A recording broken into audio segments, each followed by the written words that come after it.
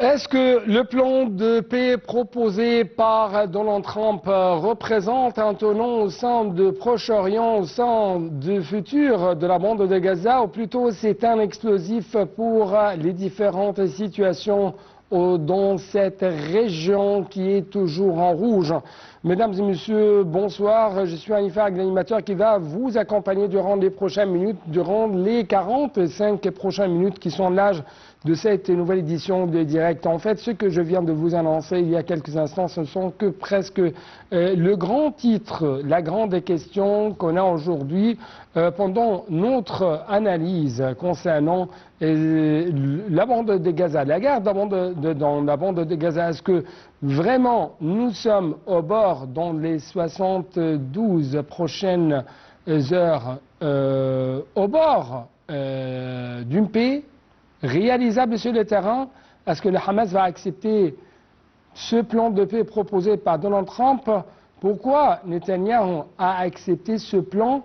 Est-ce que dans l'autre partie, si par exemple la Hamas ne va pas accepter ce plan, ça sera donc une guerre prolongée qui aura le soutien indéfectible et complet, total de la part du président américain Donald Trump? C'est ce qu'on va savoir donc pendant les prochaines minutes à travers les explications de nos invités de marque, un invité qui a beaucoup d'expertise, beaucoup d'expérience dans le domaine diplomatique et politique. Mais tout d'abord, nous devons commencer cette nouvelle édition de Direct avec les activités présidentielles. Et en fait, on trouve que le président Abdel Fattah al-Sisi a tenu aujourd'hui deux importantes rencontres visant à renforcer la coopération bilatérale, à consolider les partenaires de développement et d'investissement de l'Égypte à l'échelle internationale. Monsieur le Président a reçu le président du réseau Aga-Khan de développement, l'Aga-Khan Rahim. L'autre rencontre a été tenue avec l'envoyé spécial sud-coréen. Les explications tout de suite.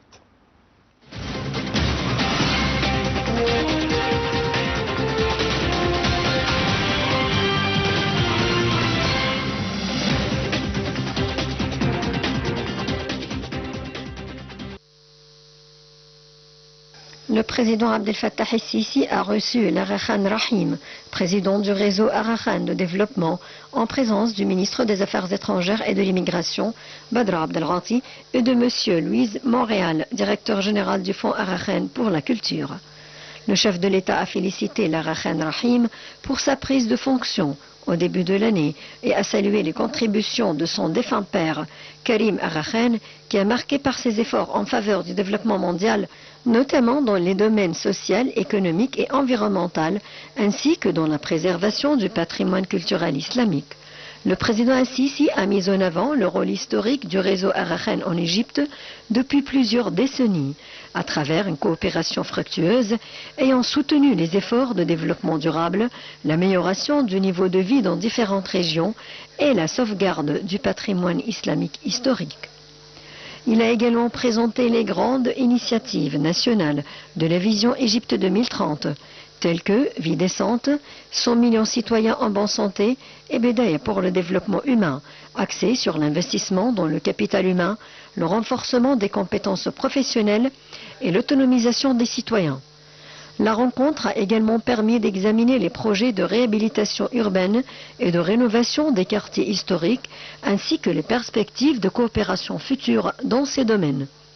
Pour sa part, l'Aga-Khan Rahim a exprimé sa gratitude et a souligné l'honneur de sa première visite officielle en Égypte, réaffirmant la volonté de son réseau de poursuivre et d'élargir sa coopération avec l'État égyptien, notamment dans l'éducation, l'agriculture et l'adaptation au changement climatique, en particulier en Haute-Égypte. Il a insisté sur la possibilité de tirer parti des expériences de révitalisation urbaine et environnementale menées au Caire pour les appliquer à d'autres contextes. Le président al-Sisi a également reçu M. Park Boom-ki, l'envoyé spécial du président de la République de Corée du Sud, Lee Yi-myung, à l'occasion du 30e anniversaire de l'établissement des relations diplomatiques entre les deux pays. La rencontre s'est déroulée en présence du ministre des Affaires étrangères et de l'immigration, M. Badr Abdelghati, ainsi que de l'ambassadeur sud-coréen au Caire. L'envoyé a remis au président Al-Sisi une lettre personnelle du président sud-coréen exprimant la reconnaissance de Séoul pour le soutien constant de l'Égypte à la paix dans la péninsule coréenne et manifestant le souhait de renforcer les échanges bilatéraux à travers une visite prochaine au Caire. Le président Al-Sisi a adressé ses félicitations à son homologue sud-coréen pour son élection en juin 2025 et a souligné l'importance de renforcer les relations bilatérales dans les domaines politiques, économiques et culturels. Il a salué l'expérience coréenne, son progrès remarquable et la consolidation du partenariat économique, rappelant la volonté de l'Égypte d'attirer davantage d'investissements sud-coréens en profitant de sa stabilité, de ses atouts compétitifs et de ses accords commerciaux régionaux. Enfin, la rencontre a abordé la situation régionale, notamment la guerre dans la bande de Gaza. Le président Al-Sisi a réitéré la position constante de l'Égypte en faveur d'une solution politique durable et a appelé les pays qui ne reconnaissent pas encore l'État de Palestine à franchir ce pas, estimant que cela constitue une étape essentielle pour consolider la solution à deux États, seul chemin vers une paix juste et durable dans la région.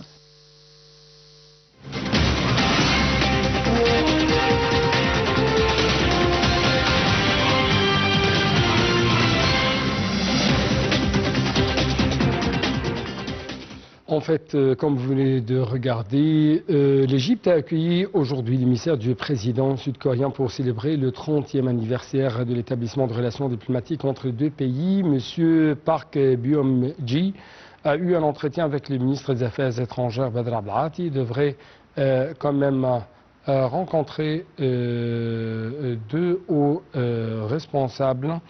Il devra transmettre à la partie égyptienne un message écrit de la part du président Lee concernant le renforcement de la coopération amicale entre les deux pays. Encore une fois, c'était M. Park Bom-Kei.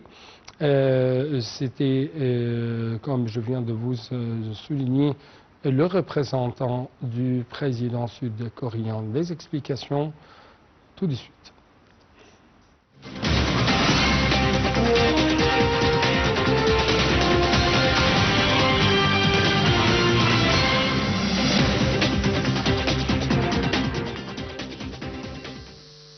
Les relations entre l'Égypte et la Corée du Sud sont marquées par une coopération croissante dans plusieurs domaines, notamment l'économie, la technologie, l'éducation et la culture. L'Égypte et la Corée du Sud ont établi des relations diplomatiques en 1995. Depuis, les deux pays ont échangé de nombreuses visites officielles de haut niveau, renforçant les liens bilatéraux. La Corée du Sud est l'un des partenaires économiques importants de l'Égypte en Asie. De nombreuses entreprises coréennes opèrent en Égypte, notamment dans les zones industrielles. En retour, l'Égypte exporte des produits agricoles et d'autres marchandises vers la Corée. Pyongyang apporte un soutien important à l'Égypte dans les domaines de la technologie et de l'éducation, notamment à travers des programmes de bourse et des projets de coopération universitaire. Plusieurs étudiants égyptiens poursuivent leurs études en Corée, profitant de l'expertise coréenne en innovation. Les échanges culturels entre les deux pays se sont intensifiés au fil des années. Les relations entre l'Égypte et la Corée du Sud continuent de se développer dans un esprit de coopération mutuelle et de respect. Elles représentent un modèle de partenariat bénéfique entre un pays arabe et une puissance asiatique.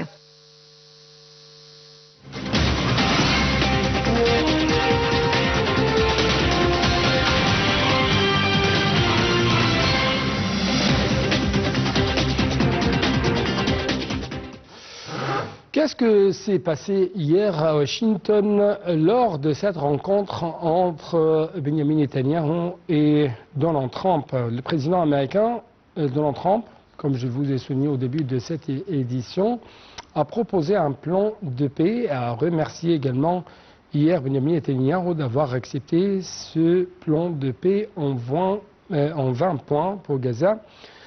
Trump a dit espérer une réponse positive de la part du Hamas. Trump a dit que Netanyahou avait accepté son plan de paix pour Gaza.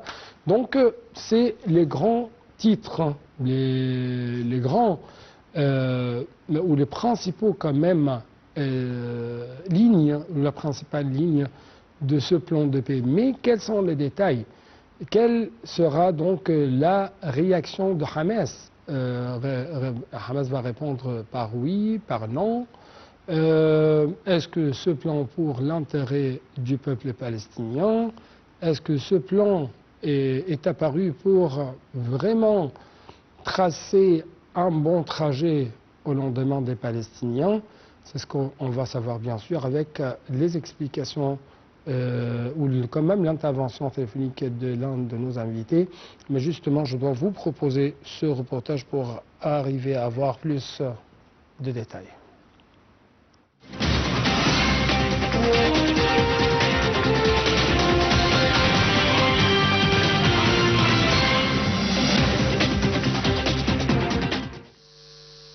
Donald Trump, avec son emphase habituelle, a ouvert une conférence de presse commune lundi avec le Premier ministre israélien Benjamin Netanyahou, assurant qu'il aurait son soutien total à Gaza si le Hamas rejetait le plan.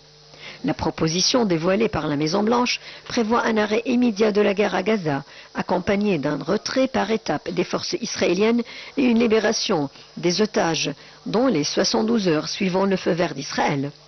Une fois les otages libérés, Israël relâchera plus de 1000 prisonniers palestiniens, dont plusieurs centaines condamnés à perpétuité.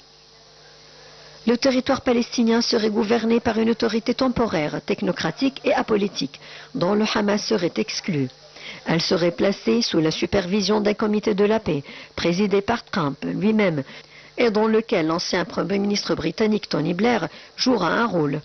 Personne ne sera forcé de quitter Gaza si le plan de paix est mis en œuvre, selon le document distribué par la Maison-Blanche, qui assure même que les habitants seront encouragés à rester pour participer à la reconstruction. Avant la conférence de presse commune, Netanyahou avait présenté ses excuses au Premier ministre du Qatar pour les frappes israéliennes ayant visé le Hamas dans ce pays, lors d'un appel téléphonique depuis la Maison-Blanche. Trump avait critiqué cette attaque contre le Qatar. L'offensive israélienne menée en représailles sur Gaza a fait 66 055 morts, en majorité des civils, selon les chiffres du ministère de la Santé à la bande de Gaza.